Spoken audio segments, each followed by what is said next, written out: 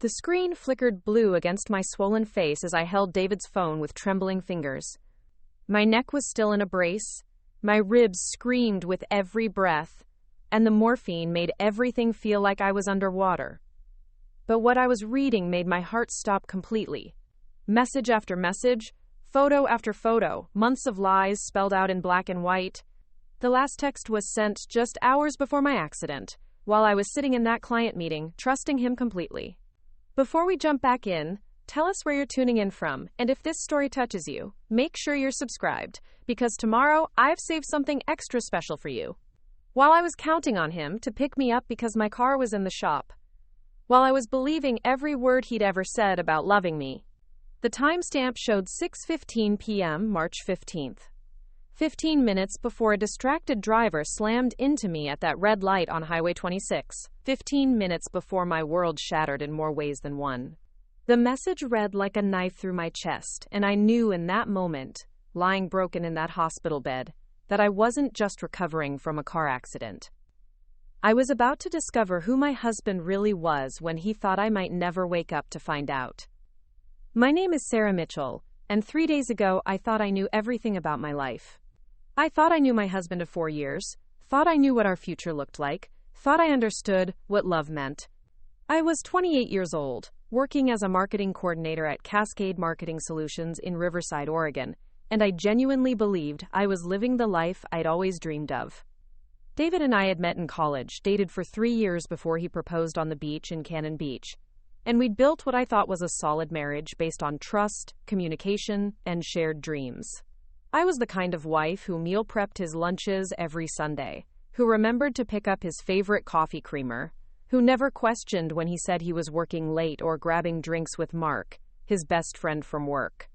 I was the wife who sent him encouraging texts during stressful days, who planned surprise date nights, who genuinely missed him when he traveled for conferences.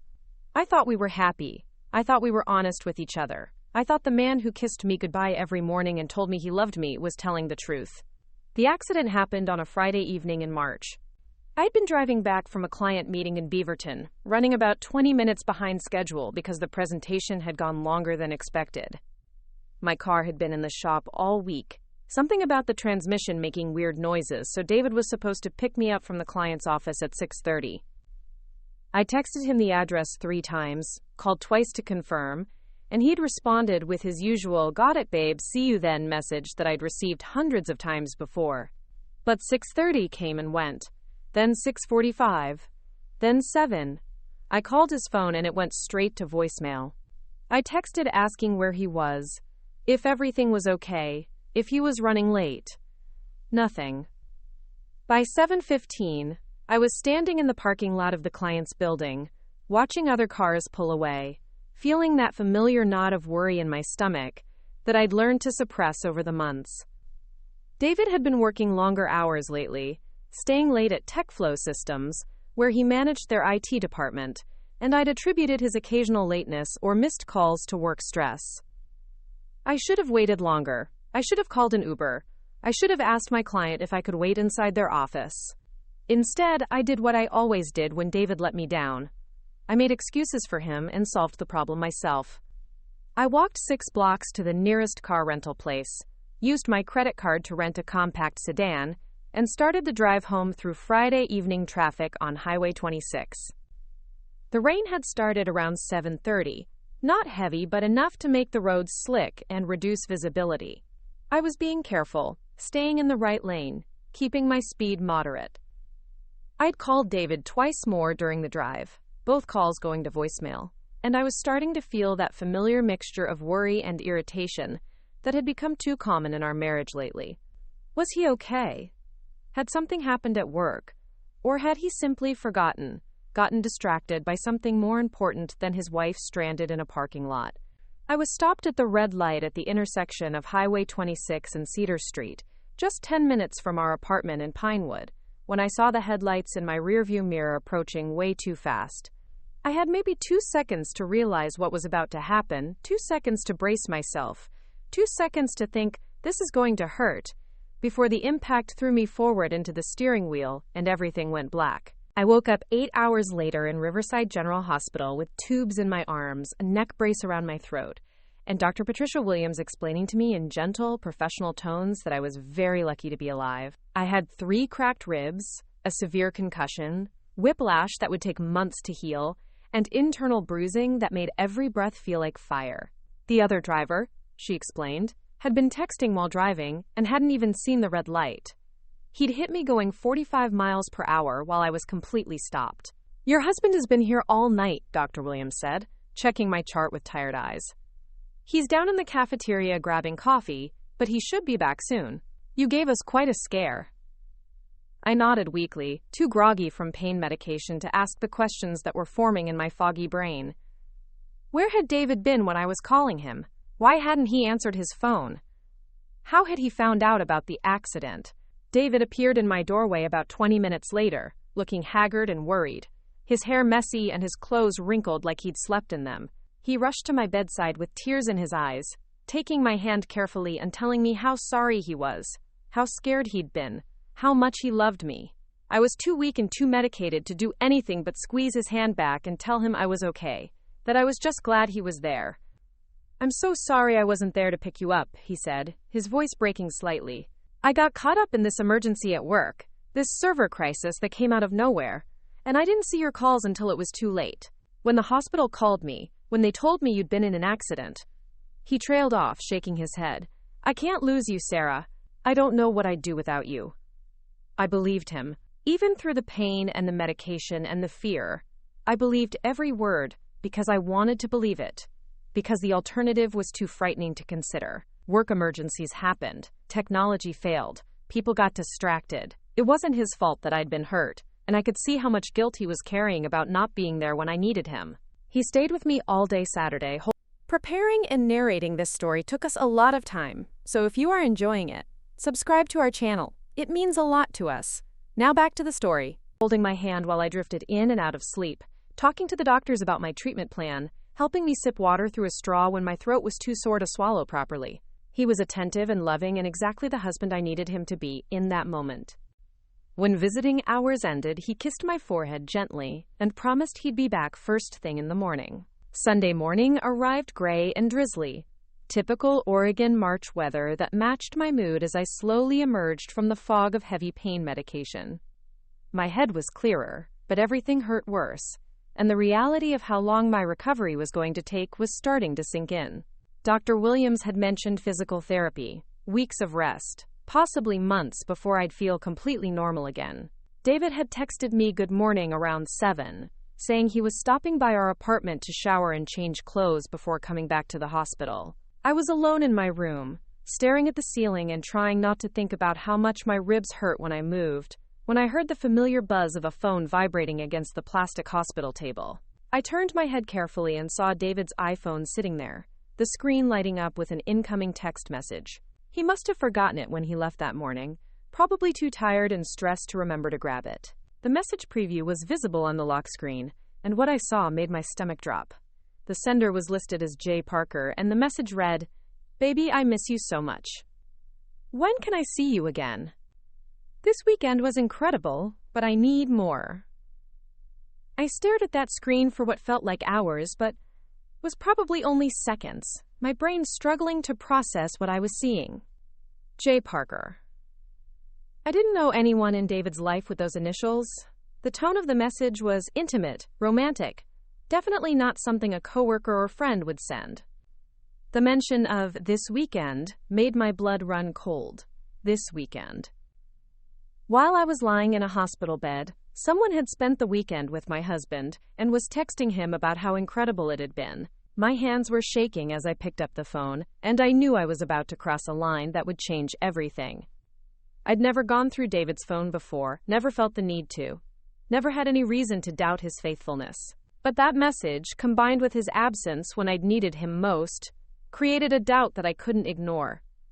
I knew his passcode. It was our wedding anniversary, 0923, and he'd never hidden it from me. We'd always been open about our phones, occasionally using each other's devices to look something up or take a photo. The trust between us had always been absolute, which made what I was about to do feel like such a violation even as I did it. The phone unlocked easily, and I navigated to his messages with Jay Parker.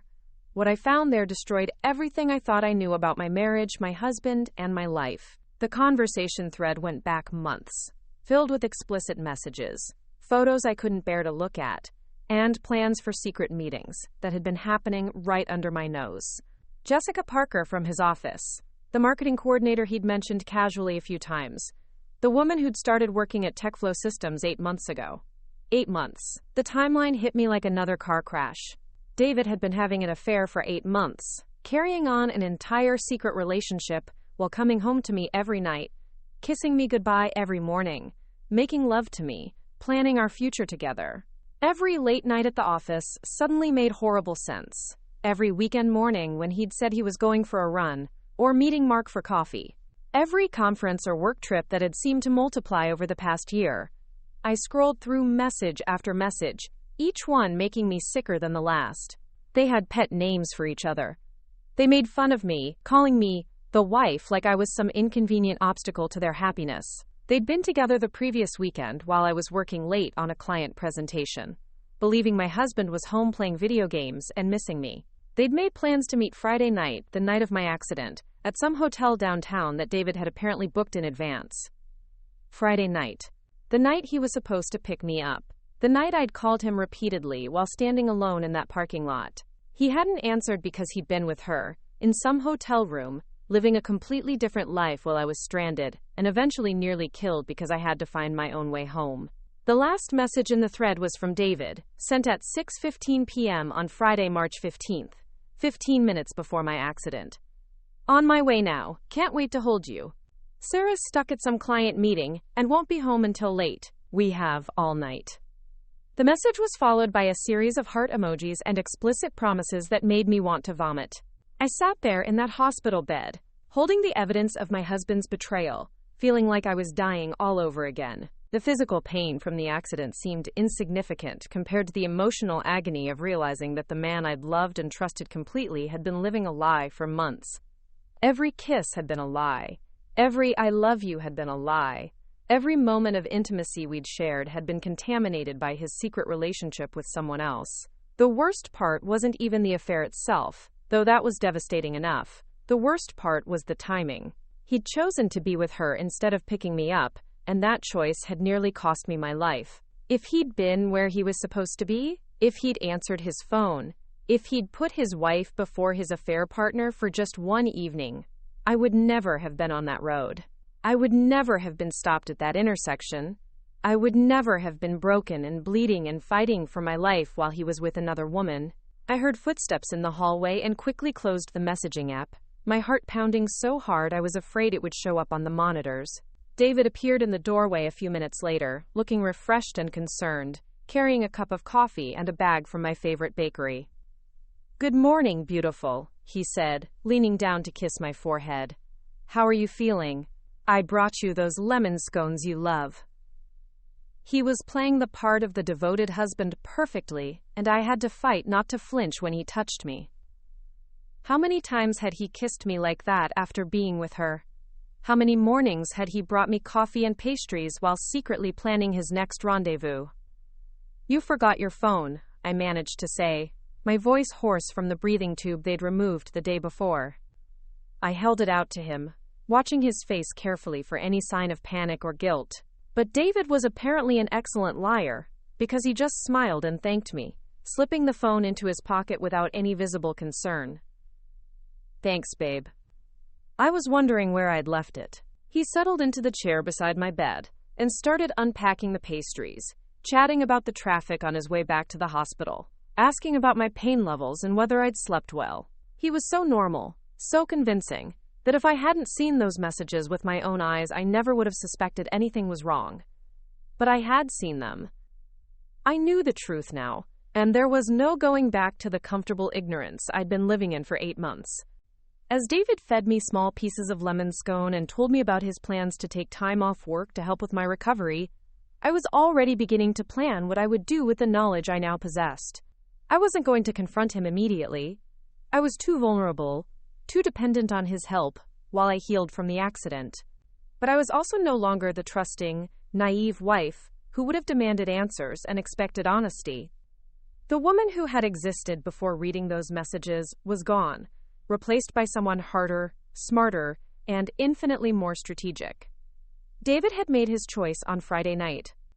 He'd chosen Jessica Parker over his wife's safety, his affair over his marriage vows, his pleasure over my life.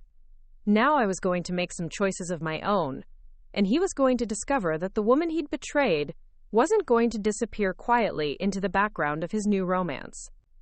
As he held my hand and promised to take care of me, I smiled and squeezed his fingers, already knowing it would be the last time I ever touched him with love instead of calculation. The accident had broken my body, but his betrayal had broken something deeper, and from that destruction, someone entirely new was going to emerge. The next 4 days in the hospital passed in a blur of calculated performance. Every smile I gave David was measured, every thank you carefully delivered, every squeeze of his hand precisely timed to maintain the illusion that I was still the same trusting wife he'd left behind when he chose Jessica Parker over my safety. But underneath the morphine haze and the careful facade, I was planning. David had taken a week off from TechFlow Systems to be with me during my recovery, and he played the devoted husband role flawlessly. He brought me fresh flowers every morning, usually daisies from the hospital gift shop, because he claimed to remember they were my favorites. They weren't. My favorites were peonies, something I'd told him dozens of times over our 4 years of marriage, but I smiled and thanked him anyway, adding this small detail to the growing list of things he didn't actually know about me. He would arrive each morning at 8 sharp, carrying coffee for himself and herbal tea for me, settling into the uncomfortable plastic chair beside my bed with his laptop to work remotely while keeping me company. To anyone watching, he was the picture of a caring spouse, attentive and concerned, never leaving my side except for brief trips to the cafeteria or bathroom. But I noticed things now that I hadn't before.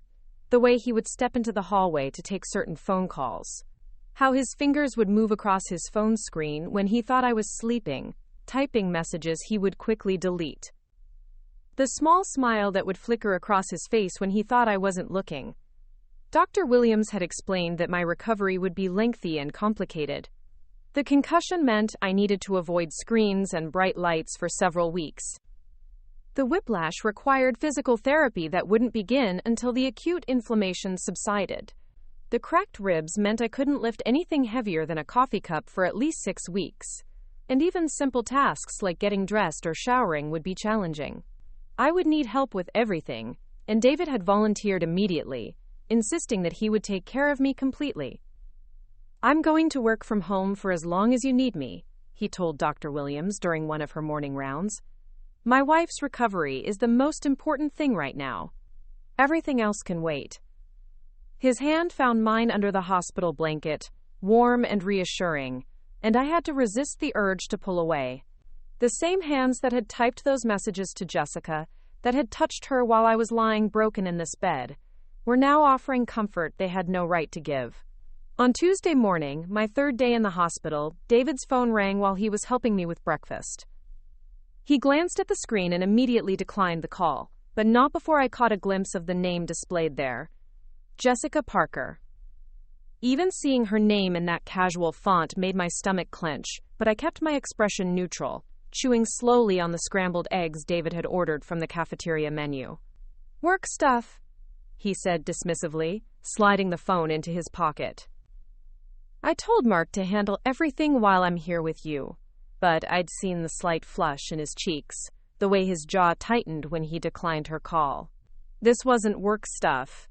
This was a man struggling to maintain 2 relationships simultaneously, trying to be present for his hospitalized wife while managing his girlfriend's expectations and needs. 20 minutes later, he excused himself to use the restroom, taking his phone with him. He was gone for almost 15 minutes, and when he returned, he seemed more relaxed but also more distracted.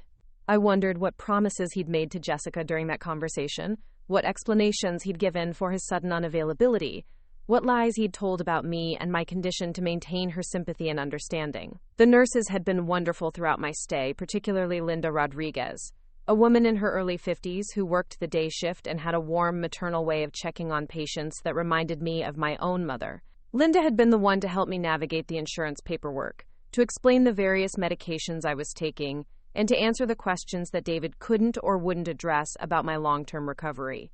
"You're healing remarkably well," she told me Wednesday afternoon while checking my vitals. David had stepped out to move his car from the visitor lot to avoid another parking fee, leaving us alone for the first time since my accident. But I want you to know that recovery from trauma like this isn't just physical. The emotional and psychological impacts can be just as significant, and they often take longer to process. I looked at her carefully, wondering if she somehow sensed the additional trauma I was carrying, the betrayal that had nothing to do with cracked ribs and everything to do with broken trust. "What do you mean?" Linda sat down in David's vacated chair, her expression kind but serious. "Accidents like yours change people, Sarah. They force you to confront your own mortality, to think about what really matters in your life. Sometimes patients find themselves reevaluating relationships, careers, priorities they never questioned before. It's completely normal to feel different after something like this." Her words hit me with unexpected force, and I had to blink back tears that had nothing to do with physical pain. Different. Yes, I felt different. Not just because of the accident, but because of what I'd discovered about my marriage while lying helpless in this bed. The woman who had driven away from that client meeting on Friday evening, the woman who had trusted her husband completely and without question, no longer existed. In her place was someone harder, more suspicious, infinitely more aware of the capacity for deception that existed in even the most intimate relationships. "Have you noticed any changes in how you feel about things?" Linda continued gently. "Sometimes trauma can shift our perspectives in ways we don't immediately recognize." I thought about David's phone, about the messages I'd read, about the way he could look me in the eye and lie so effortlessly while bringing me lemon scones and fresh flowers. "I think I'm starting to see some things more clearly," I said carefully. "Things I maybe didn't want to see before."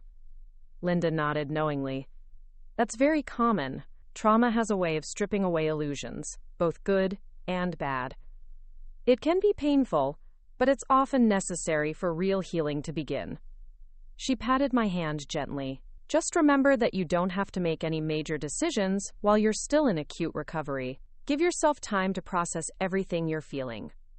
When David returned a few minutes later, he found us discussing my discharge plans and the home care requirements I would need during my initial recovery period. Dr. Williams had indicated that I would likely be released on Friday, 4 days after the accident, provided my latest CT scan showed continued improvement in the brain swelling from my concussion. "I've already set up the guest bedroom on the ground floor," David told Linda, settling back into his chair with practiced ease. "Sarah won't have to deal with stairs for the first few weeks. I've stocked up on all her medications, arranged for a physical therapist to come to the house, and cleared my schedule completely so I can focus on her care." He sounded so thoughtful, so prepared, so devoted. If I hadn't known about Jessica Parker, if I hadn't seen those messages, I would have been overwhelmed with gratitude for his attention and planning. Instead, I found myself wondering how he was going to manage his affair while playing nursemaid to his wife. Would Jessica be understanding about his temporary unavailability? Would she be patient while he fulfilled his husbandly duties, waiting for him to return to their hotel rooms and secret meetings once I was sufficiently recovered? The guest bedroom arrangement was particularly interesting. David and I had always shared the master bedroom on the second floor of our apartment, a cozy space with a king-sized bed and windows that overlooked the small courtyard garden. Moving me to the guest room, ostensibly for my comfort and safety during recovery, would also provide him with the perfect excuse for sleeping separately. He could claim he didn't want to disturb my rest with his movement during the night, that the guest room was quieter and more conducive to healing.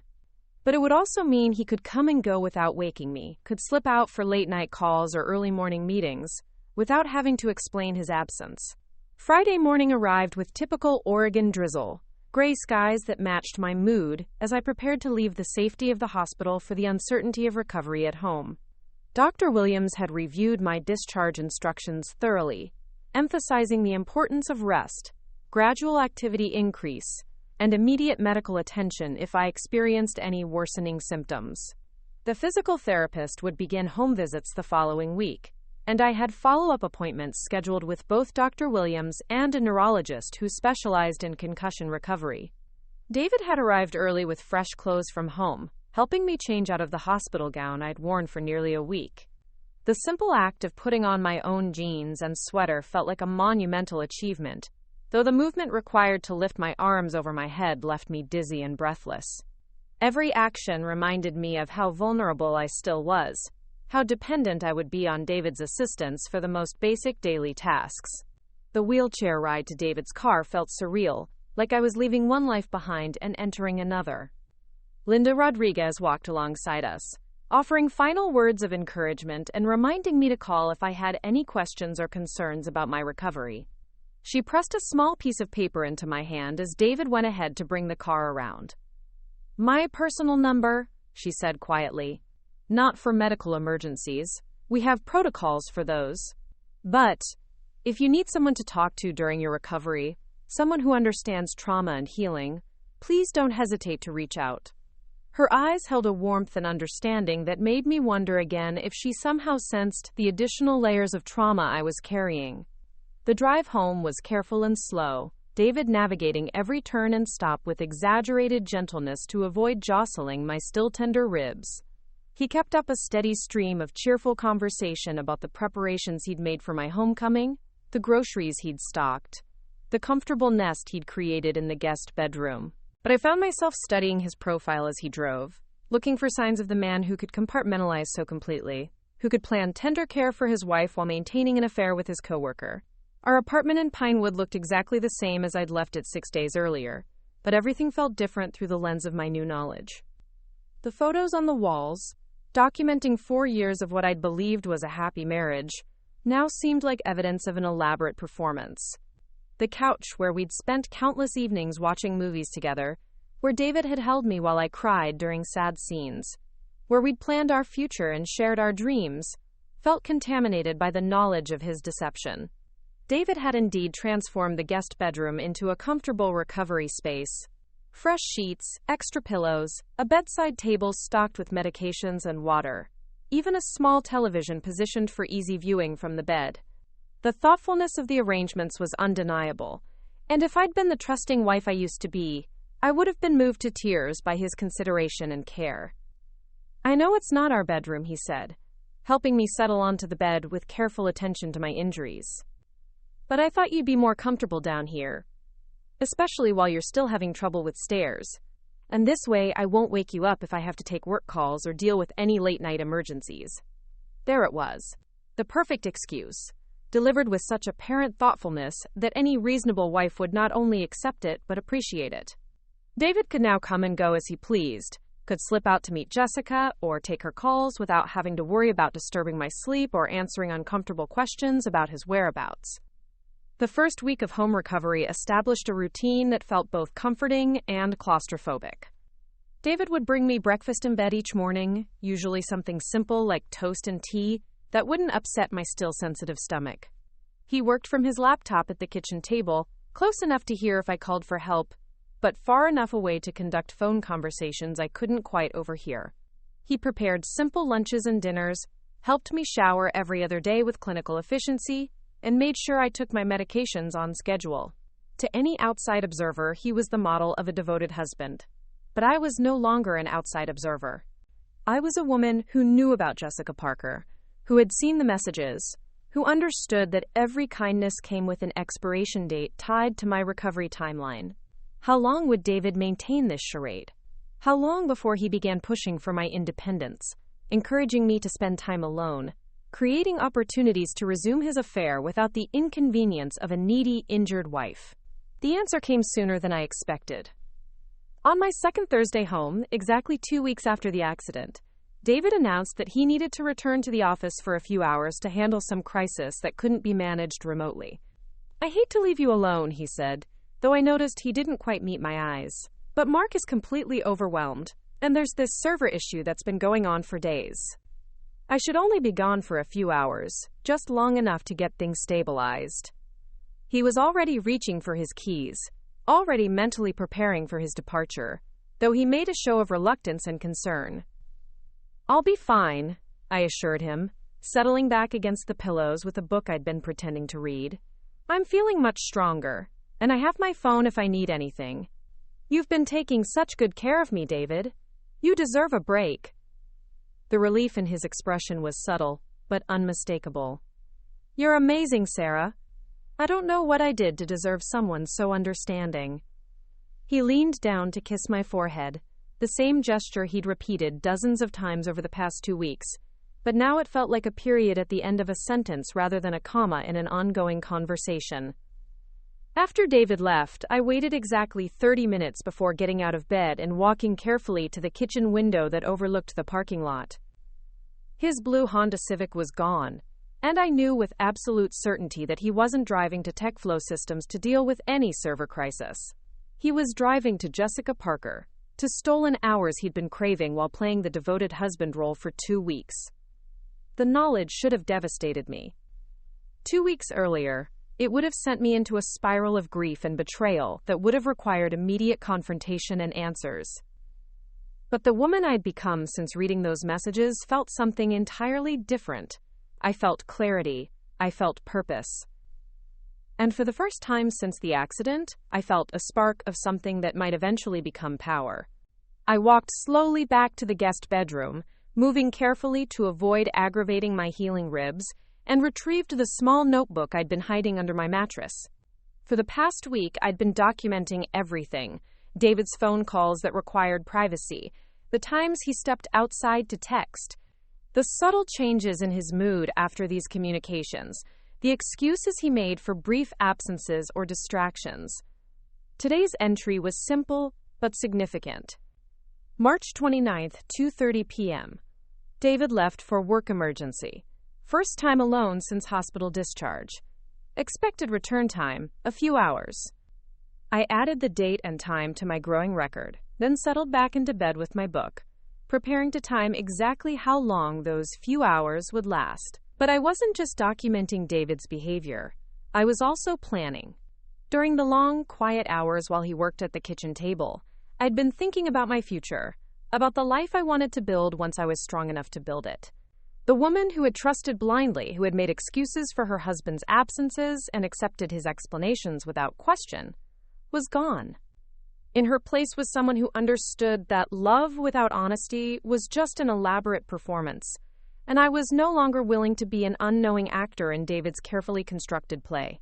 The accident had nearly killed me, but David's betrayal had completed the job of destroying who I used to be. What was emerging from that destruction was someone I was curious to meet, someone who wouldn't be content with lemon scones and forgotten flower preferences, someone who understood that being strong didn't mean accepting whatever treatment others decided to give you.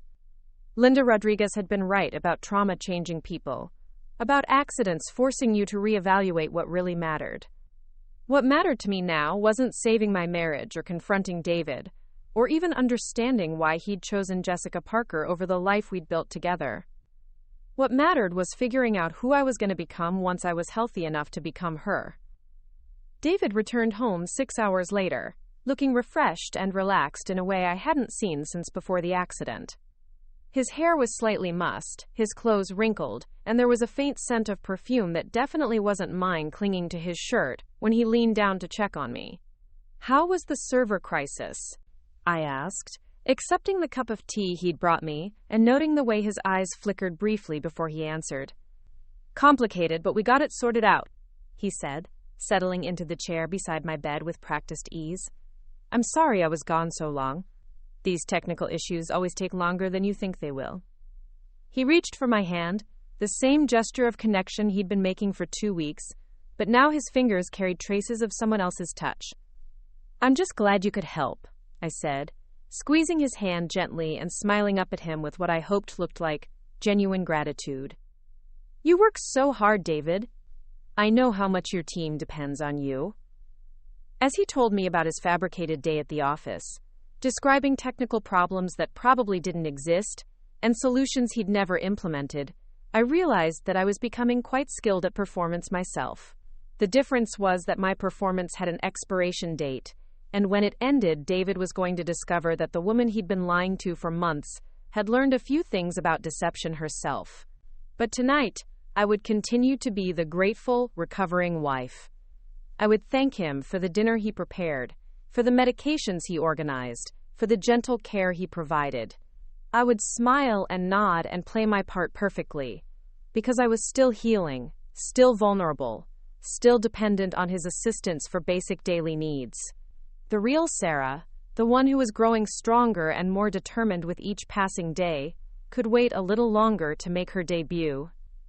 But she was coming, and when she finally stepped onto the stage David had unknowingly created, the performance was going to be spectacular. The revelation hit me like a second collision 3 weeks into April, when I was finally strong enough to walk to our mailbox without assistance.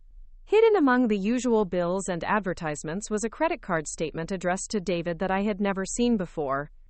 My hands trembled as I opened it, telling myself I was just being helpful by sorting our mail, but knowing deep down that I was crossing another line in my growing investigation of the man I had married. The statement revealed charges that painted a picture of a life I knew nothing about. Expensive dinners at restaurants we had never visited together. Hotel rooms booked on nights when David claimed to be working late or traveling for business. Jewelry purchases from stores I had never heard of. Flowers ordered from florists who had never delivered anything to our apartment. Month after month of expenditures that told the story of a romance that existed parallel to our marriage, funded by money that should have been ours, but was being spent on someone else. But it was the final entry that made my legs give out completely, forcing me to sit down right there on the sidewalk outside our building. A charge from Riverside Regional Medical Center for emergency room services, dated just 2 days after my accident. While I had been lying in the ICU recovering from surgery, David had taken Jessica Parker to the hospital. The charge description indicated treatment for a minor injury, but the implications were staggering. I sat there holding that statement, traffic moving past me on the street, neighbors walking their dogs in the late afternoon sun, life continuing normally while my understanding of reality crumbled completely. David hadn't just chosen to be with Jessica the night of my accident. He had continued choosing her even while I was fighting for my life in a hospital bed. While doctors were explaining to him that my injuries were severe, that my recovery would be long and uncertain, he had been dealing with Jessica's medical needs as well. The image that formed in my mind was devastating in its clarity. David rushing between 2 hospitals, playing the concerned husband in my room, while secretly caring for his girlfriend in another wing of the same building. The logistics alone were mind-bending, but the emotional compartmentalization required was beyond anything I could have imagined possible. When David arrived home that evening, I was sitting in the guest bedroom with the credit card statement folded in my lap, my face carefully composed into the mask of grateful recovery I had been wearing for weeks. He kissed my forehead with his usual tenderness, asked about my day with seemingly genuine interest, and began preparing dinner while chatting about office politics and weekend plans. "How are you feeling today?" he asked, settling into the chair beside my bed with a plate of pasta he had made from scratch. "You seem quieter than usual. Are you having more pain?" The concern in his voice sounded so authentic that for a moment I doubted what I had discovered. This was the man who had been caring for me so devotedly, who had rearranged his entire life to support my recovery, who claimed to love me more than anything in the world. How could he also be the man who had been living a completely separate life with another woman? "I'm just tired," I said, accepting the fork he handed me and forcing myself to take a small bite. "I think I overdid it today." Walking to the mailbox was harder than I expected. David's expression immediately shifted to concern, and he began discussing modifications to my physical therapy routine, ways to pace my recovery more carefully, the importance of not pushing too hard too fast. His attention to my medical needs was so detailed, so thoughtful, that it made the existence of that credit card statement seem surreal. But the statement was real, hidden now under my mattress alongside my notebook of documented observations. Real charges for real expenses, in a real relationship that had been happening simultaneously with our marriage for months. I was living with a man capable of such complete deception that he could switch between his 2 lives without any visible effort or strain. Over the following days, I began to understand that David's ability to compartmentalize wasn't just a coping mechanism, it was a fundamental aspect of his character. He genuinely seemed to experience no conflict between loving me and betraying me, between caring for my recovery and maintaining his affair. In his mind, these were separate aspects of his life that didn't intersect or contradict each other. This realization was more disturbing than the affair itself. An affair driven by passion or dissatisfaction I might have been able to understand, even if I couldn't forgive it. But this systematic deception, this ability to maintain two completely different emotional realities without apparent strain, suggested something deeper and more troubling about who David really was. I started paying closer attention to his phone calls, particularly the ones he took outside or in another room, claiming they were work-related but couldn't be overheard. What I began to notice was a pattern of emotional switching that was as precise as flipping a light switch. He would finish a tender conversation with me about my recovery goals, step outside to take a call, and return 20 minutes later with the same loving demeanor intact, as if no interruption had occurred. The seamlessness of these transitions was chilling. There was no guilt in his expression when he returned from calls with Jessica, no awkwardness or discomfort that might indicate internal conflict about his double life. He moved between his two relationships with the same ease that he moved between rooms in our apartment. 3 days after discovering the credit card statement, I decided to test the depth of his deception by creating a small crisis that would reveal his true priorities. I waited until late afternoon, when David typically received his most frequent calls from Jessica, and staged a minor fall in the bathroom. I called out for help with just enough panic in my voice to sound genuinely distressed, then waited to see how quickly he would respond and whether he would abandon any phone conversations to check on me. The results were exactly what I had begun to suspect. David's phone was ringing when I called for help, Jessica's name visible on the screen from where I had positioned myself, but instead of letting it go to voicemail, he answered. "Hey, can I call you back in a few minutes?" I heard him say. "Sarah needs me for something." His tone was casual, almost dismissive, as if I were interrupting him with something trivial rather than calling for emergency assistance. He found me sitting on the bathroom floor, having genuinely twisted my ankle slightly in the process of staging the fall, and his response was perfectly appropriate. Concerned questions about what had happened, gentle assistance getting me back to bed, careful examination of my injury to determine whether medical attention was needed. But throughout his ministrations, I could see him glancing at his phone, clearly anxious to return Jessica's call.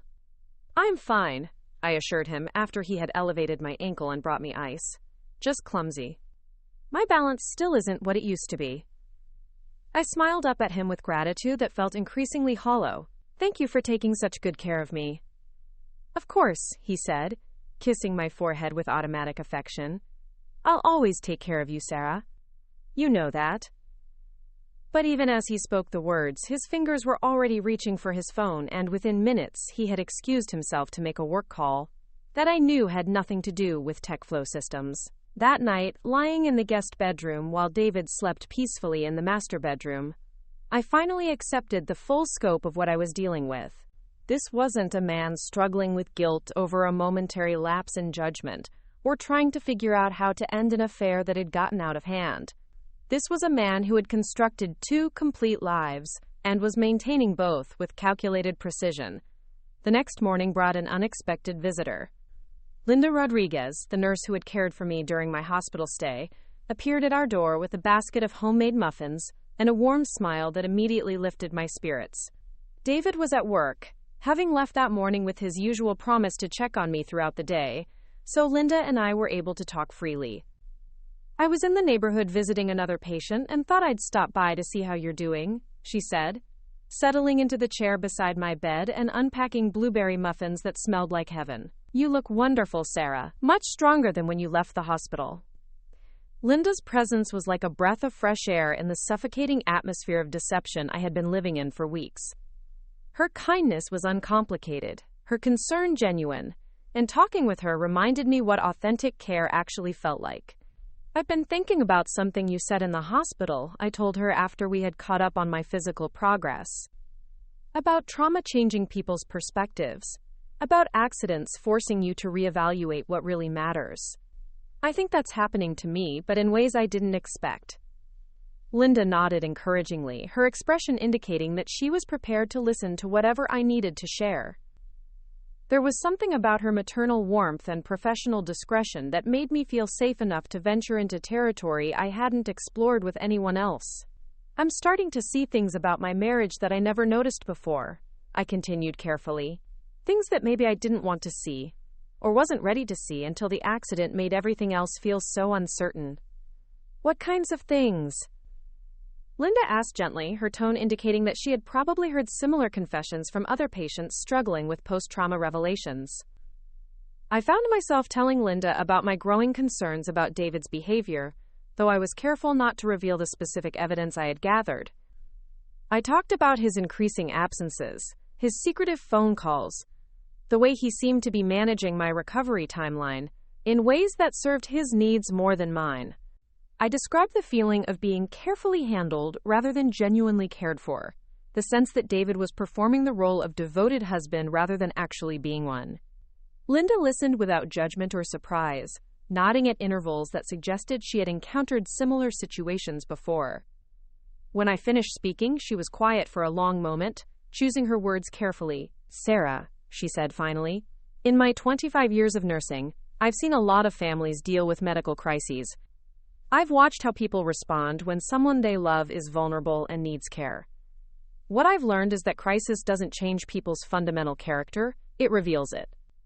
She paused, looking out the window toward the parking lot where David's car would eventually appear. Some people rise to the occasion, becoming more generous and selfless when their loved ones need them most. Others struggle with the demands of caregiving and become resentful or distant. And some people... She trailed off, then looked directly at me. Some people see their partner's vulnerability as an opportunity to pursue their own interests without oversight. Her words hit me with the force of recognition. That was exactly what David had been doing, using my dependency and gratitude as cover for intensifying his relationship with Jessica. My inability to drive, to work, to manage many aspects of daily life had created the perfect situation for him to operate with minimal scrutiny while maintaining the appearance of devoted care. The thing about that third category, Linda continued, is that their behavior can be very convincing, especially to the person receiving care. They do provide genuine assistance, they do show apparent concern, they do meet practical needs. But underneath all that care is a calculation, rather than authentic love. I felt tears building behind my eyes, not just from the pain of recognition, but from the relief of having someone else see what I had been struggling to understand. Linda's professional perspective gave me language for dynamics I had sensed but couldn't articulate. What should someone do if they find themselves in that situation? I asked, my voice barely above a whisper. Linda reached over and took my hand, her touch warm and reassuring. They should trust their instincts, even when everyone around them is telling them how lucky they are to have such a devoted partner. They should document what they observe, protect themselves financially and legally, and remember that accepting care from someone who's deceiving you isn't actually accepting care at all. After Linda left that afternoon, I sat with her words echoing in my mind while I waited for David to return from work.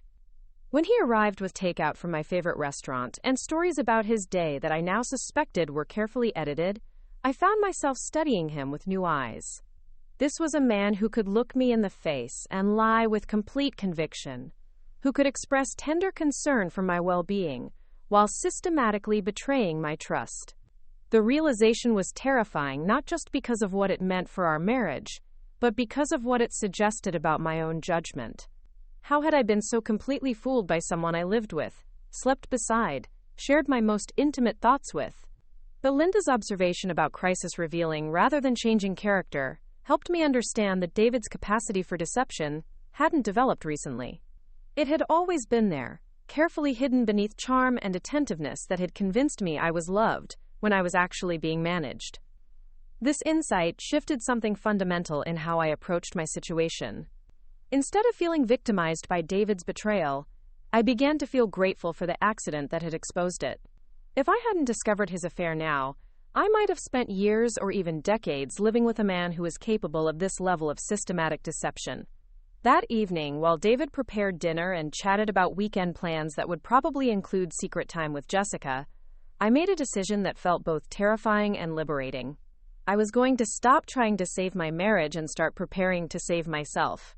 The next morning, after David left for work with his usual kiss and promise to call during lunch, I began planning my exit strategy in earnest.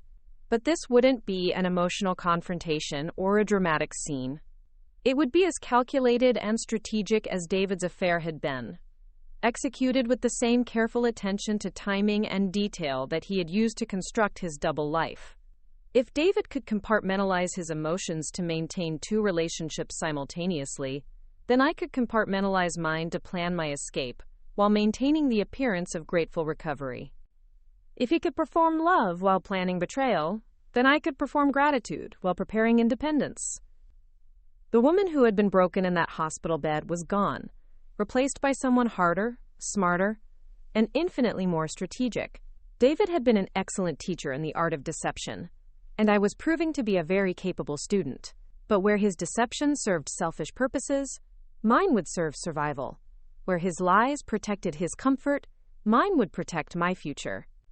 And where his performance was designed to maintain access to multiple relationships, mine was designed to escape from one that had been built on lies from the very beginning. The game was on, and for the first time since discovering David's betrayal, I felt like I had a chance to win. 2 years have passed since that gray Monday morning when I walked out of Michael Chang's office as a legally separated woman, and I barely recognized the person I was before the accident changed everything. The transformation didn't happen overnight, despite how decisive that final week felt when I was executing my plan to leave David. Real healing, the kind that reaches into your bones and rewrites your understanding of what you deserve, takes time to unfold completely. The first few months in Portland were harder than I had anticipated, even with Katie's unwavering support and the financial security that came from the divorce settlement. Learning to live alone after 4 years of marriage, even a marriage built on lies, required adjustments I hadn't fully prepared for. Simple decisions like what to have for dinner or which movie to watch became exercises in rediscovering my own preferences, many of which had been gradually eroded during my relationship with David without my conscious awareness. I had become so accustomed to considering his tastes, his schedule, his needs in every choice I made, that I sometimes found myself paralyzed by the freedom to choose purely for myself. The woman who emerged from that paralysis was someone I had never had the opportunity to meet before. Someone whose opinions and desires had been buried under years of accommodation and compromise that I had mistaken for love. Katie watched this process with the patience of someone who understood that healing couldn't be rushed or forced, only supported and witnessed. She never pushed me to talk about David or the divorce, never asked questions about my feelings that I wasn't ready to answer. Instead, she simply created space for me to exist without performance, without the need to be anything other than exactly who I was in each moment. "You're learning to breathe again," she told me one evening, as we sat on her balcony, watching the sunset paint the Portland skyline in shades of gold and pink. "For the past 4 years, you've been holding your breath without realizing it, waiting for permission to exhale. Now you're remembering that breathing is something you get to do just because you're alive." Her words resonated with a truth I was only beginning to understand. I had spent so much energy during my marriage, trying to be the right kind of wife, the understanding partner, the woman who didn't ask for too much, or expect too much, or need too much. The effort required to maintain that version of myself had been enormous, though I had never recognized it as effort at the time. It had simply felt like love, like what you did when you cared about someone, enough to put their comfort before your own. But care that requires you to diminish yourself isn't actually care at all. It's a transaction disguised as affection, a bargain where you trade pieces of your authentic self for the illusion of security and connection. David had never explicitly asked me to become smaller, or quieter, or more accommodating. He had simply responded positively when I did, rewarding my self-erasure with attention and approval that felt like love, but was really just recognition of my willingness to be convenient. The marketing firm where I had found work in Portland was unlike any professional environment I had experienced before. Chen Marketing Solutions was owned by a woman named Margaret Chen, a first-generation immigrant who had built her business on the principle that creativity flourished when people felt valued for exactly who they were rather than who they thought they should be. Margaret hired based on talent and integrity rather than cultural fit, which meant the office was filled with people who brought their whole selves to their work. My colleagues at Chen Marketing became the first group of people I had ever worked with, who seemed genuinely interested in my ideas, my perspective, my approach to solving problems. At Cascade Marketing, where I had worked before the accident, I had always felt like I was auditioning for approval, carefully calibrating my contributions to match what I thought was expected. The difference in Portland was stark and initially uncomfortable, like stepping from a dimly lit room into bright sunlight. "You have excellent instincts," Margaret told me during my 3-month review. "But you seem afraid to trust them. Your preliminary work is always solid, but then you second-guess yourself and dilute your initial insights. What's that about?" The question caught me off guard because I hadn't realized I was doing it. But as I reflected on Margaret's observation, I began to recognize the patterns she had identified. I was still operating from the mindset I had developed during my marriage, where my first impulse was to doubt my own judgment and seek validation from others before moving forward with confidence. "I think I learned to be careful about taking up too much space," I said, surprising myself with the honesty of the admission. "I got used to checking my ideas against what other people needed or wanted before I fully developed them." Margaret nodded with the understanding of someone who had seen this dynamic before. "That's common, especially for women who've been in relationships where their voice was gradually minimized. But here's the thing, Sarah. Your ideas are good because they come from your perspective, your experience, your way of thinking. When you edit them to fit what you think others want to hear, you're not improving them. You're making them generic." That conversation marked a turning point in my professional confidence, but more importantly, it highlighted how much work I still had to do in reclaiming my own voice. The process of rebuilding trust in my own judgment extended far beyond my career into every aspect of my life. I had to relearn how to choose friends based on genuine compatibility rather than their approval of me. I had to practice expressing preferences without immediately softening them with qualifications or apologies. I had to train myself to notice when I was performing a version of myself rather than simply being myself. The therapy I began 6 months after moving to Portland helped accelerate this process of self-reclamation. Dr. Rachel Torres was a trauma specialist who understood that betrayal in intimate relationships created wounds that went deeper than the specific acts of deception. She helped me see that my response to David's affair was not just about his lies, but about the way those lies had forced me to confront my own complicity in accepting less than I deserved. "You're not responsible for David's choices," Dr. Torres reminded me during one particularly difficult session where I was grappling with guilt about not recognizing the signs of his affair earlier. "But you are responsible for understanding why you created a life where his deception was possible. Not because you deserve to be betrayed, but because understanding those patterns will help you make different choices in the future." The work of therapy was often painful, requiring me to examine not just my marriage to David, but the entire history of relationships where I had prioritized others' comfort over my own authenticity. I began to see patterns that stretched back to childhood, ways I had learned to earn love through accommodation and self-sacrifice that had seemed noble at the time but had actually been strategies for avoiding rejection. My parents had meant well, but they had raised me with messages about being selfless and considerate that I had internalized as instructions to never inconvenience others with my needs or desires. My mother's constant praise for being such a good girl and so easy to raise had taught me that my value lay in not causing problems rather than in expressing my authentic self. Those lessons had served me well in some contexts, making me a reliable friend and a conscientious employee, but they had also made me vulnerable to people who would take advantage of my willingness to accommodate. The revelation that emerged from this therapeutic work was both liberating and terrifying. I realized that I had never actually been in a relationship where I felt safe, to be completely honest, about my needs, fears, and desires. Even my closest friendships had involved some level of performance, some careful editing of my authentic responses to maintain harmony and avoid conflict. I had been so successful at this performance that I had sometimes fooled myself, mistaking the approval I received for genuine acceptance. Learning to be authentic in relationships required starting from scratch in many ways. I had to develop new skills for expressing disagreement without aggression, for setting boundaries without guilt, for asking for what I needed without apologizing for having needs at all. The process was complicated by the fact that some people in my life preferred the accommodating version of me and became uncomfortable when I began operating from a place of genuine self-respect. Emma, my friend who had helped me investigate David's affair, was one of the few people who celebrated my transformation without reservation. She had always seen through my people-pleasing tendencies and had often encouraged me to be more direct about my boundaries.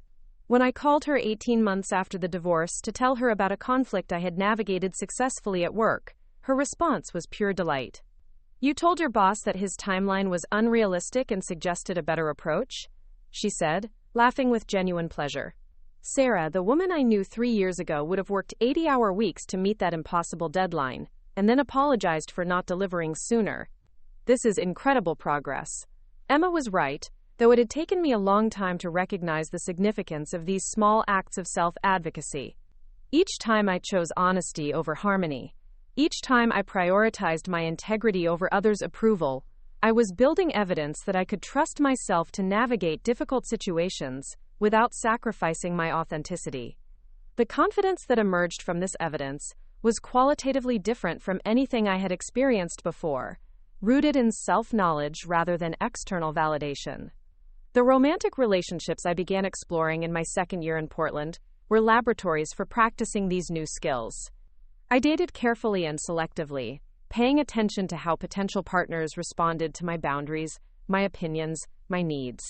The men who seemed frustrated by my directness or who tried to charm me into accommodation revealed themselves quickly, and I learned to trust my instincts about incompatibility rather than trying to fix or manage problematic dynamics.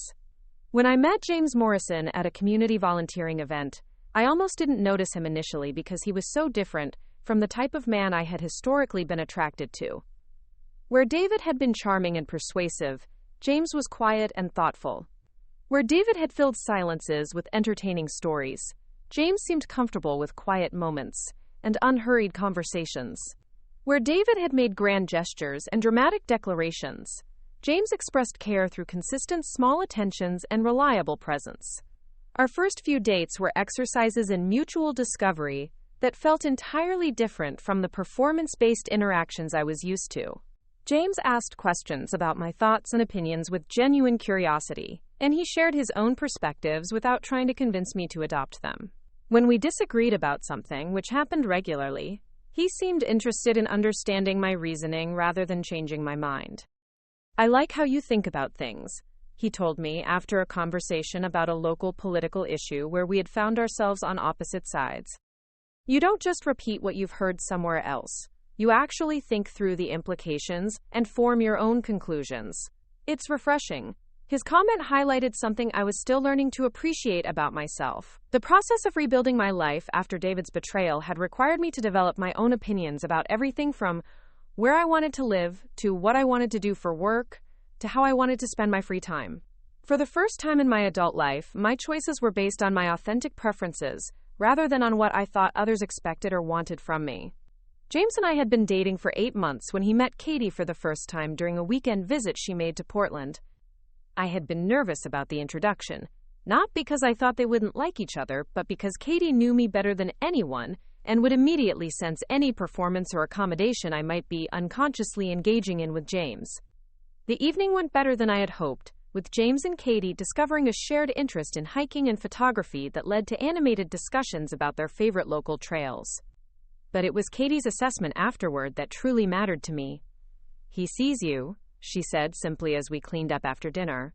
"Not the version of you that you think he wants to see, but actually you, and he likes what he sees.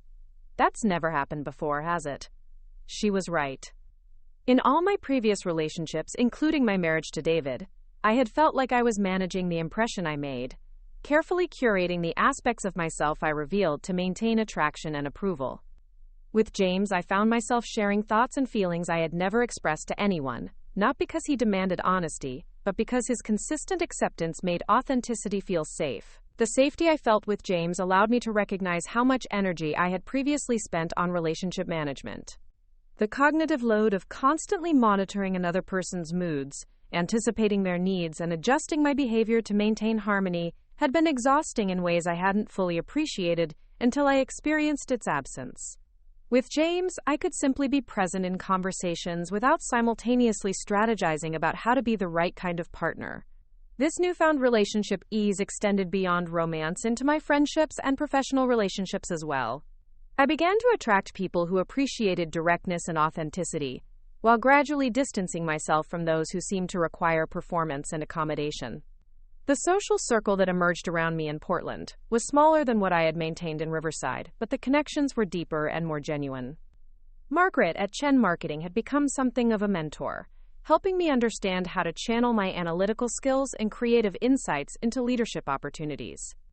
When she offered me a promotion to senior marketing strategist with my own team to manage, I accepted with confidence, rather than the self-doubt that would have characterized my response to similar opportunities in the past.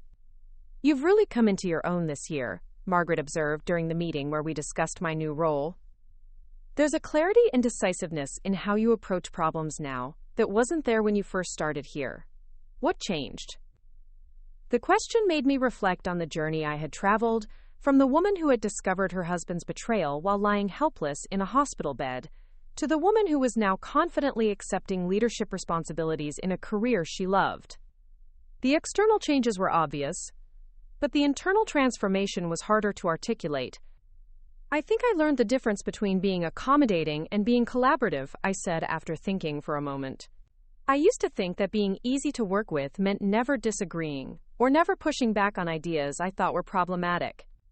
Now I understand that real collaboration requires bringing your whole perspective to the table, even when it creates temporary conflict." That insight had applications far beyond my professional life. The woman I had become was someone who could love deeply without losing herself, who could be generous without being self-sacrificing, who could prioritize others' well-being without neglecting her own. The balance wasn't perfect, and I still sometimes caught myself slipping into old patterns of accommodation, but I now had the awareness and tools to correct course when that happened. The second anniversary of my divorce arrived in March, coinciding with the anniversary of the accident that had changed everything. For the first time since that terrible night on Highway 26, I felt genuinely grateful for the crash that had nearly killed me. Not because I was glad to have been hurt, but because the vulnerability and helplessness I had experienced in its aftermath had created the conditions for discovering David's betrayal before I had wasted any more years of my life in a relationship built on deception. If the accident hadn't happened, if David had continued his affair without me discovering it, I might have spent decades living a carefully constructed lie.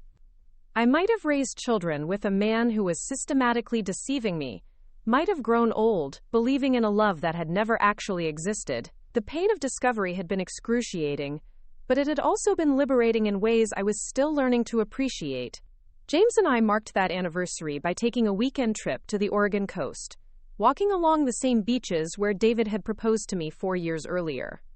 But instead of feeling nostalgic or melancholy about the past, I felt grateful for the present and excited about the future I was building, with someone who valued authenticity over convenience.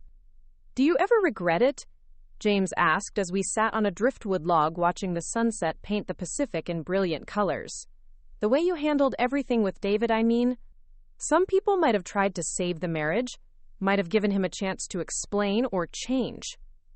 The question was one I had asked myself many times during the early months of my recovery, particularly during moments when loneliness or uncertainty made me wonder if I had been too hasty or too unforgiving. But sitting there on the beach with James, feeling completely at peace with the woman I had become, the answer was clear. "I don't regret anything about how I handled it," I said, watching seabirds dive for fish in the waves. David made his choices over months and months, deliberately and systematically. He chose to recruit Jessica to his company, chose to support her financially with our joint resources, chose to be with her instead of picking me up the night I was nearly killed. I didn't break up our marriage by discovering his betrayal. I just stopped pretending it hadn't already been broken. James nodded thoughtfully, his arm tightening around my shoulders in a gesture of comfort and understanding. "I think what I admire most about how you handled everything is that you didn't try to punish him. You just removed yourself from a situation that wasn't serving you. That takes incredible strength and self-respect." His observation highlighted something I was proud of about my choices during that difficult period. Despite the pain and anger I had felt upon discovering David's deception, I had never sought revenge or tried to destroy his relationship with Jessica. I had simply focused on protecting myself and building the foundation for a better life. The consequences David faced were natural results of his own actions rather than punishments I had orchestrated. The last I had heard, David and Jessica were still together but struggling with the financial and legal fallout from their affair. Jessica had apparently left TechFlow Systems after the divorce proceedings revealed the circumstances of her hiring, and David had been passed over for a promotion he had been expecting. Their relationship had been built on secrecy and deception, and learning to function in the open had proven more challenging than either of them had anticipated. I felt neither satisfaction nor sympathy for their difficulties. They were both adults who had made choices with full knowledge of the potential consequences, and they would have to navigate the results of those choices, just as I had navigated the results of mine. My energy was better spent on the life I was building rather than on monitoring the aftermath of the life I had left behind. That life was fuller and more authentic than anything I had experienced before. My work at Cascade Marketing was challenging and meaningful, utilizing skills I hadn't even known I possessed during my years of accommodation and self-minimization. My relationship with James was built on mutual respect and genuine compatibility, rather than on my willingness to be convenient. My friendship with Katie had deepened into the kind of sisterly bond I had always hoped for, but never quite achieved, when I was focused on managing everyone else's comfort.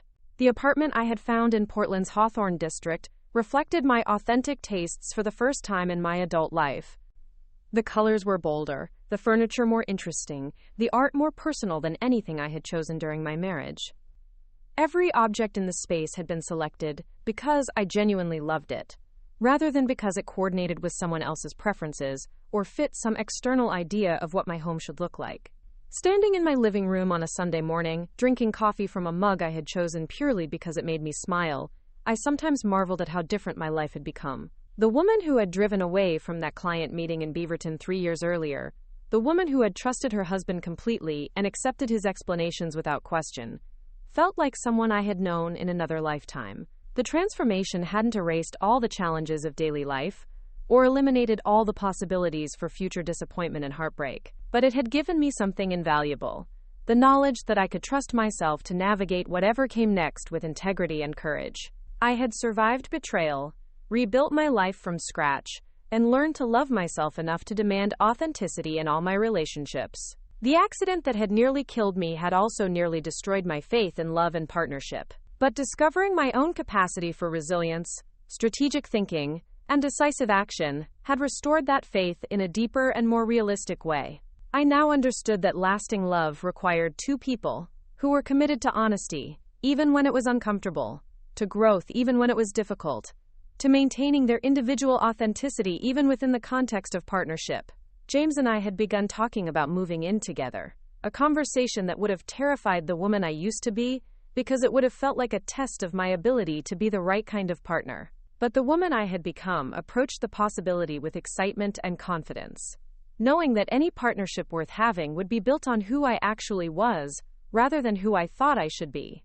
As I prepared for another week at a job I loved, in a city that felt like home, surrounded by people who valued authenticity over accommodation, I felt grateful not just for the life I had built, but for the journey that had brought me here. The pain of discovery, the months of strategic planning, the courage required to walk away from everything familiar had all been necessary components of becoming the woman I was meant to be. The accident had taken so much from me, breaking my body and forcing me to confront the fragility of everything I had believed about my life. But it had also given me something precious: the opportunity to discover my own strength, to learn what I was truly capable of when survival required me to stop performing and start living authentically.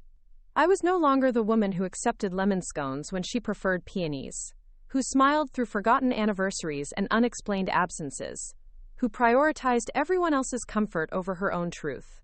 I was someone who had learned that the most important relationship you can have is with yourself, and that relationship was worth protecting at any cost.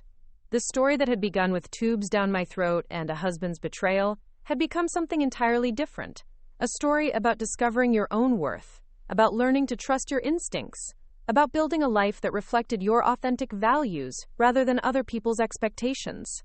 It was a story about survival, but more than that, it was a story about thriving in spite of circumstances that could have destroyed everything. And it was still being written, one authentic choice at a time.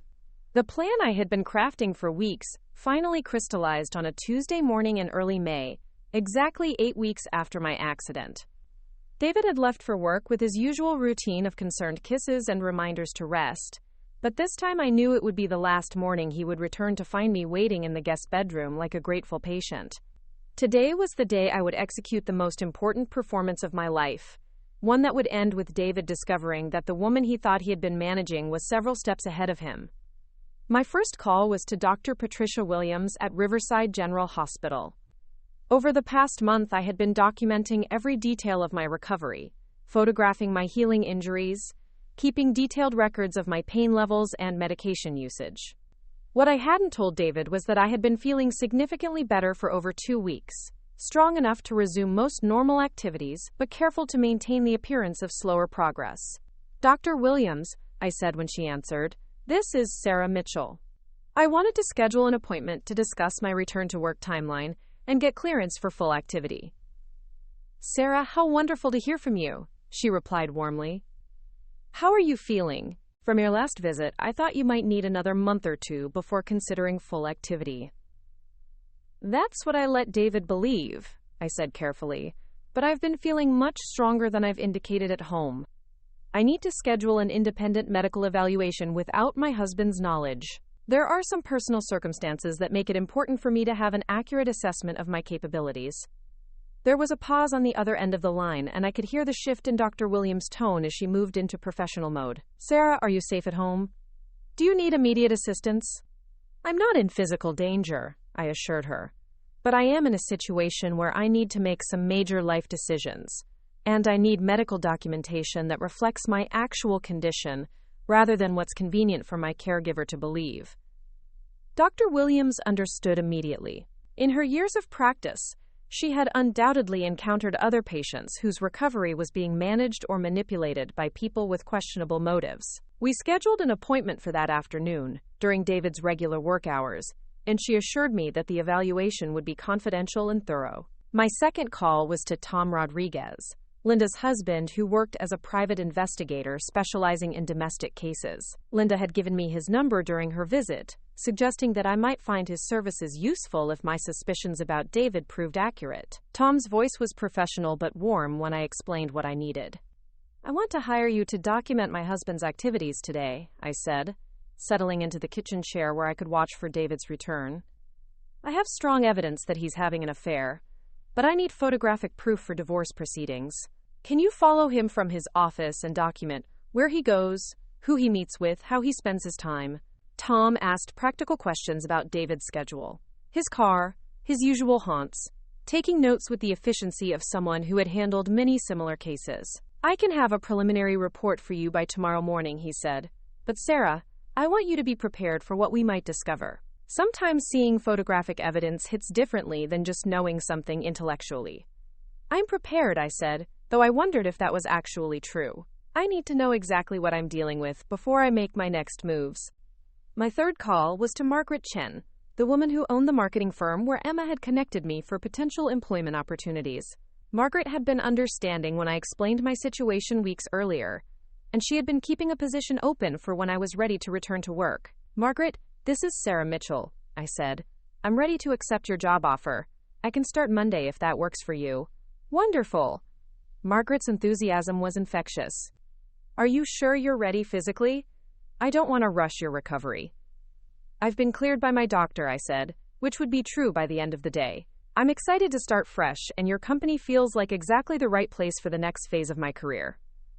We discussed salary, benefits, and logistics, and Margaret confirmed that the position would provide enough income for me to support myself independently. The job would be in Portland, which meant relocating, but Margaret was willing to provide some assistance with moving expenses for the right candidate.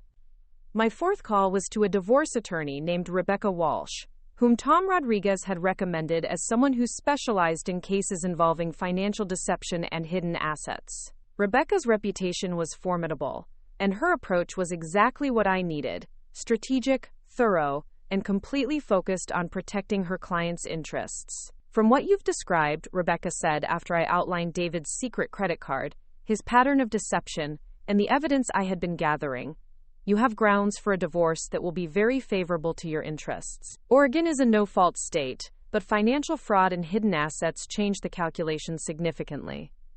Rebecca explained that we could file for divorce immediately once Tom's investigation provided the final documentation we needed. She would seek not only a fair division of our legitimate joint assets but also reimbursement for the money David had spent on his affair, plus damages for the deception and emotional trauma he had caused. The key, she explained, is that he doesn't know you're preparing to leave. That gives us enormous advantages in terms of asset protection and strategic positioning. How confident are you that you can maintain the current situation for another week or two, while we prepare everything? Very confident, I said, surprised by the steadiness in my own voice. I've gotten very good at performing recovery. My final call was to Katie in Portland, my sister who had been my emotional anchor throughout this entire ordeal without even knowing it. Katie had continued to check on me regularly, and I had been carefully laying groundwork for what I hoped would be my next request. Katie, I said, I need to ask you something important, and I need you to say yes before I explain why. That sounds ominous, she laughed, but her tone grew serious quickly. What's going on, Sarah? Will you let me stay with you for a while, starting this weekend? Indefinitely, actually, while I figure out my next steps. There was silence on the other end of the line, and I could hear Katie processing the implications of my request. Is this about David? She asked finally. Yes, but I can't explain everything over the phone. I just need to know that I have somewhere safe to land when I leave him. Of course, Katie said immediately. Whatever you need, however long you need it. Should I come get you? Do you need help? I need to handle this my own way, I said, but knowing you're there for me means everything. I'll explain everything when I see you this weekend. After making these calls, I sat in the quiet apartment and felt something shift inside me that was both terrifying and exhilarating. For the first time since discovering David's betrayal, I wasn't just reacting to his deception. I was taking active control of my situation, making decisions that would determine my future, rather than simply documenting his lies. The appointment with Dr. Williams that afternoon confirmed what I had suspected about my physical condition. My ribs had healed completely, my concussion symptoms had resolved weeks earlier, and my range of motion was back to normal. The whiplash would continue to cause occasional discomfort for several more months, but it wouldn't prevent me from working or living independently. You're actually in remarkable condition for someone who sustained such significant trauma, Dr. Williams told me as she completed her examination. Your recovery has been faster and more complete than I initially expected. There's no medical reason why you couldn't resume full normal activities immediately. She provided me with a comprehensive medical report documenting my current condition and capabilities, sealed in an envelope that I could present to employers, insurance companies, or legal representatives as needed. The report would serve as evidence that my dependency on David's care had been unnecessary for weeks, which could be significant in divorce proceedings. Sarah, Dr. Williams said as I prepared to leave, I hope you're making these arrangements for positive reasons. A strong recovery after trauma like yours should be celebrated, not hidden. It will be celebrated, I assured her, just not by the person who's been claiming credit for managing it. That evening, David returned home with Thai takeout and his usual stories about office politics and client challenges. He seemed relaxed and content, probably because his afternoon had included time with Jessica that he believed I knew nothing about. As he unpacked our dinner and chatted about weekend plans, I found myself studying him with the detached fascination of someone observing an elaborate performance. How was your day? He asked, settling into the chair beside my bed with practiced ease. You seem more energetic than usual. Are you feeling better? I think I'm finally turning a real corner, I said, accepting the container of pad thai he handed me. I actually walked around the entire apartment complex today without getting winded. I'm starting to feel like myself again. David's expression flickered with something that might have been concern. That's wonderful, he said carefully. But remember what Dr. Williams said about not pushing too hard too fast. You don't want to have a setback just when you're making progress. There it was again, the subtle discouragement disguised as medical concern. David wasn't ready for me to regain my independence because my dependency served his purposes. But this time, instead of feeling frustrated by his manipulation, I felt grateful for the clarity it provided about his true priorities. You're right, I agreed. I should probably take things slowly for another few weeks, just to be safe. We can afford for me to take extra time, and I want to make sure I'm completely ready when I do go back to work. Relief washed over David's features, and he launched into an enthusiastic discussion of conservative recovery timelines and the importance of being cautious with head injuries.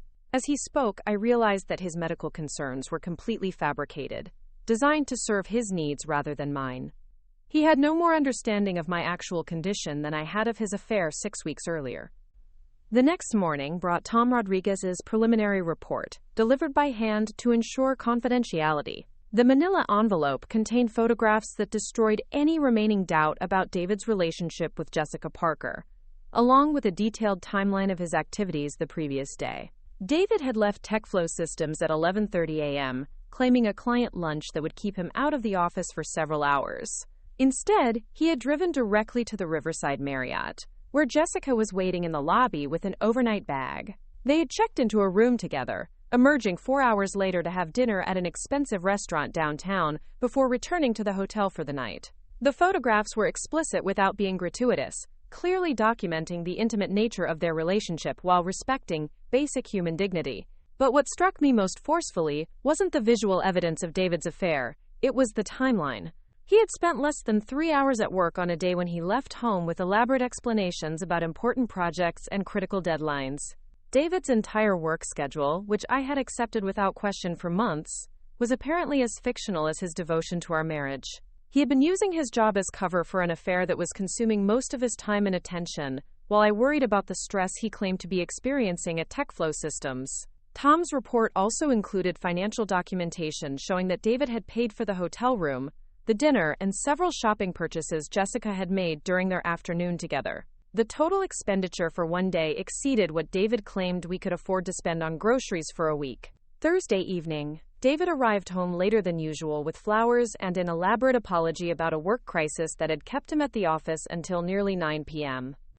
The flowers were roses, expensive ones that he claimed to have picked up on impulse because he had been thinking about me during his stressful day.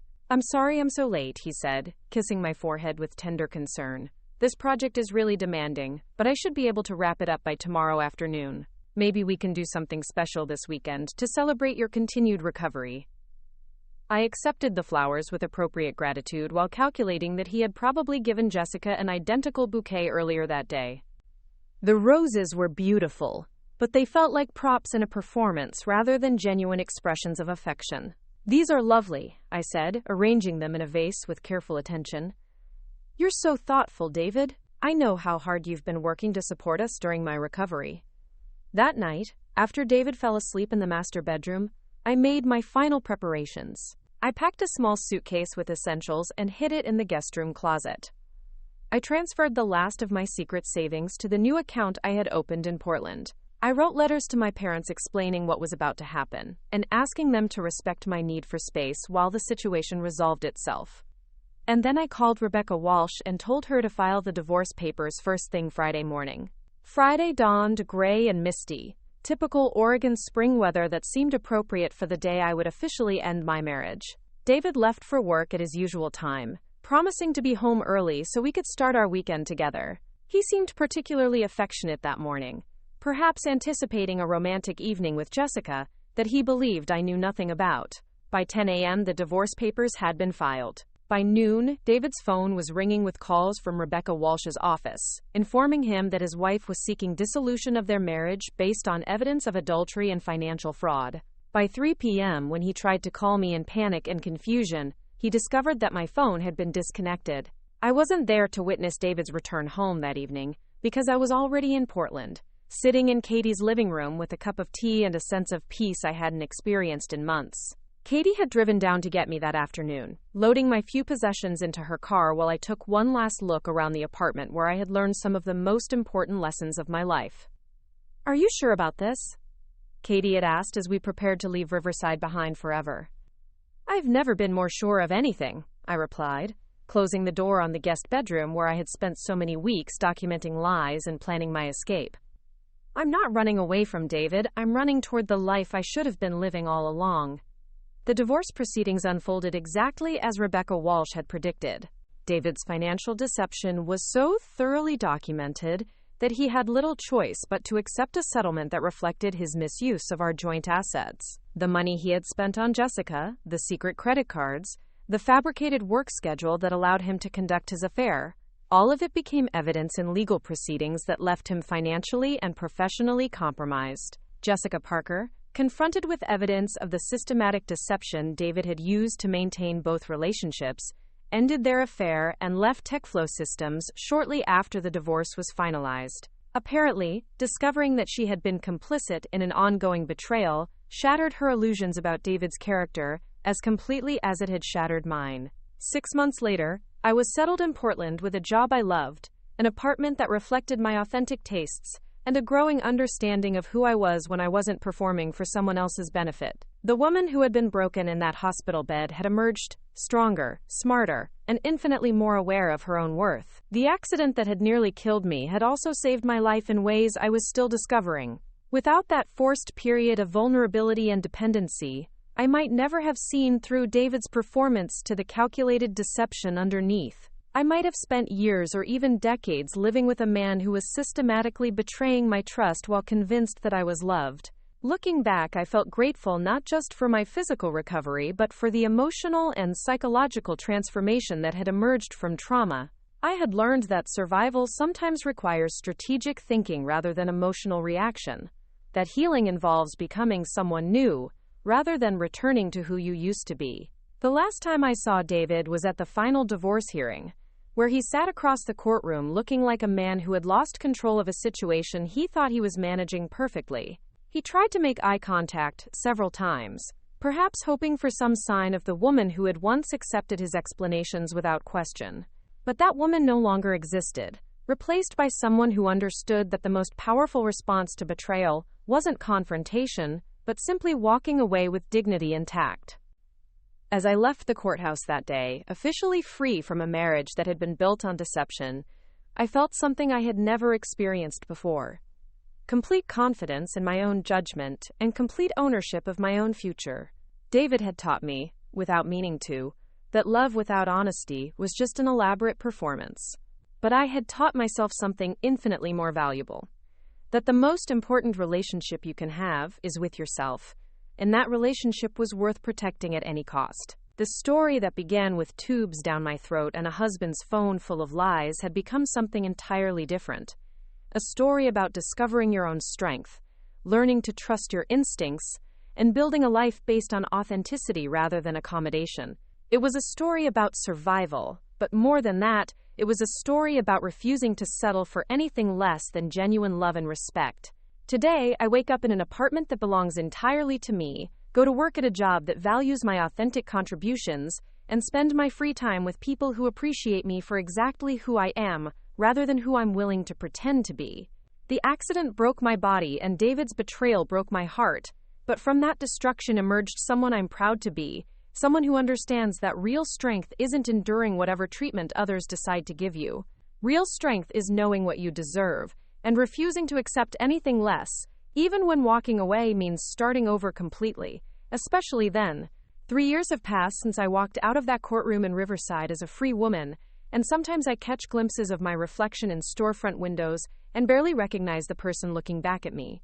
The woman in the glass has confidence in her posture, purpose in her stride, and something in her eyes that wasn't there before, a kind of knowing that comes from having survived the worst betrayal imaginable and emerged stronger on the other side. The transformation didn't happen overnight, despite how definitive that final week felt when I was dismantling David's carefully constructed lies. Real healing, the kind that rebuilds your fundamental understanding of what you deserve and what you're capable of, unfolds slowly and sometimes in ways you don't expect. There were moments during my first year in Portland when the magnitude of what I had accomplished felt overwhelming, when the courage required to build an entirely new life seemed almost too much to sustain. But Kate's unwavering belief in my choices provided the foundation I needed during those uncertain months. Her apartment became not just a safe haven, but a launching pad for discovering who I could become when I wasn't constantly managing someone else's comfort or accommodating their version of reality. She watched me struggle with decisions as simple as what kind of coffee to buy, recognizing that I was relearning how to choose based on my authentic preferences rather than on what I thought would please or impress others. "You keep apologizing for taking up space," she observed one evening, as we sat on her balcony sharing a bottle of wine and watching the Portland skyline light up against the darkening sky. "In the grocery store, at work, even here in my apartment that I specifically invited you to share. It's like you learn to exist by making yourself smaller, and now you're having to remember that you're allowed to have a presence in the world." Her words hit me with startling accuracy. I had become so accustomed to minimizing my needs, my opinions, my very existence to avoid conflict or inconvenience, that I had forgotten what it felt like to move through the world with confidence and purpose. The process of reclaiming that natural sense of belonging was more challenging than I had anticipated, requiring conscious effort to resist the impulse to shrink whenever my presence might affect others. The work at Cascade Marketing Solutions became instrumental in this process of reclamation. Margaret Chen had built her company on the principle that diverse perspectives and authentic voices produced better creative outcomes, which meant that the qualities I had learned to suppress during my marriage were exactly what she valued most in her employees. My tendency to see problems from unexpected angles, my ability to connect with clients who felt misunderstood by traditional marketing approaches, my willingness to challenge conventional wisdom when it didn't serve the project. All of these traits that David had subtly discouraged were suddenly being celebrated and rewarded. "You have a gift for seeing what others miss," Margaret told me during my 6-month review, as she outlined a promotion that would give me my own team and a significant increase in both responsibility and compensation. "Your background in surviving difficult circumstances gives you insight into human resilience that most marketers never develop. Clients trust you because they sense that you understand struggle in a way that goes beyond theoretical knowledge." The promotion felt like validation of more than just my professional skills. It represented proof that the woman who had emerged from David's betrayal was not only capable of independence, but was actually thriving in ways that would have been impossible if I had remained in a relationship built on deception and accommodation. Every campaign I developed, every client presentation I delivered, every strategic decision I made was evidence that I had not just survived but had transformed into someone more capable and confident than I had ever been before. The romantic relationships I cautiously began exploring in my second year in Portland became laboratories for practicing the authenticity I was still learning to trust. Dating after discovering the depth of David's deception required developing new instincts about honesty and compatibility, learning to recognize the difference between someone who appreciated my authentic self and someone who was attracted to a performance I might unconsciously provide. The first few men I went out with triggered all my old patterns of accommodation and people-pleasing, causing me to retreat quickly when I noticed myself editing my opinions or suppressing my reactions to avoid potential conflict. But those experiences taught me valuable lessons about my own triggers and helped me develop clearer boundaries about what I needed from romantic connection. When I met Alex Rodriguez through a hiking group that Kate had convinced me to join, I almost didn't notice him initially because he was so different from the type of men who had historically attracted me. Where David had been charming and persuasive, demanding attention and admiration, Alex was quietly confident and genuinely curious about others. Where David had filled every silence with entertaining stories designed to impress, Alex seemed comfortable with quiet moments and thoughtful conversation. Our first real conversation happened during a particularly challenging hike in the Cascade Mountains, when I was struggling with a steep section and beginning to question my decision to join the advance group. Instead of offering unsolicited assistance or making me feel weak for having difficulty, Alex simply stayed near me without making it obvious, occasionally pointing out interesting plants or rock formations that gave me natural opportunities to rest without losing face. "I like how you approach challenges," he told me later as we shared trail mix at the summit, looking out over a vista that made the difficult climb feel worthwhile. "You don't give up when things get hard, but you also don't pretend it's easier than it is. That's a rare combination." His observation touched something deep in me because it reflected a balance I had been working to achieve since leaving David. The ability to be honest about struggles without being defeated by them, to ask for support without sacrificing independence, to be vulnerable without being helpless. Alex seemed to understand intuitively that strength and authenticity were not mutually exclusive. Our relationship developed slowly and deliberately, built on conversations that explored our actual thoughts and feelings, rather than on performances designed to create attraction. Alex had his own history of difficult relationships that had taught him to value honesty over charm, substance over surface appeal. We both approached intimacy carefully, having learned that genuine compatibility required more than chemistry or convenience. "I've never been with someone who seems so comfortable with who they actually are," Alex told me 6 months into our relationship. As we worked together in the kitchen of the apartment I had finally felt ready to rent on my own. "You don't seem to be trying to be anyone other than exactly who you are, and that's incredibly attractive." His words highlighted how far I had traveled from the woman who had spent years unconsciously molding herself to fit David's preferences and expectations. The process of becoming someone who was comfortable with authentic self-expression had been gradual, and sometimes painful, requiring me to confront aspects of my personality that I had buried so deeply I had forgotten they existed. The financial independence I achieved through my promotion allowed me to create a living space that reflected my genuine tastes for the first time in my adult life. The apartment I chose was in Portland's Alberta Arts District, a neighborhood full of creativity and diversity that felt like home in ways that Riverside never had. I furnished it slowly and thoughtfully, choosing pieces that spoke to me rather than items that coordinated with someone else's vision or fit conventional ideas of appropriate style. The walls displayed art created by local artists whose work moved me, rather than the generic prints David had preferred because they matched our color scheme. The bookshelves held titles I had always wanted to read but had somehow never found time for during my marriage, when my free time had been constantly interrupted by David's needs and schedules. The kitchen was stocked with ingredients for meals I enjoyed cooking, rather than dishes David had favored. Every choice I made in creating this space was an act of self-discovery and self-assertion. The woman who emerged from that process was someone I was genuinely excited to be, someone whose preferences and opinions felt legitimate rather than secondary to someone else's comfort. The legal aftermath of my divorce had been more satisfying than I had dared to hope. Rebecca Walsh's strategic approach to documenting David's financial deception resulted in a settlement that not only recovered the money he had spent on his affair, but also provided compensation for the emotional trauma and professional disruption his betrayal had caused. The financial security this provided gave me choices I wouldn't have had otherwise, allowing me to take risks in my career and personal life that might have been impossible if I had been struggling just to cover basic expenses. But more important than the money was the validation that came from having David's behavior officially recognized as the systematic deception it had been. For months after discovering his affair, I had sometimes wondered if I was overreacting, if other women might have found ways to forgive and rebuild, rather than walking away so definitively.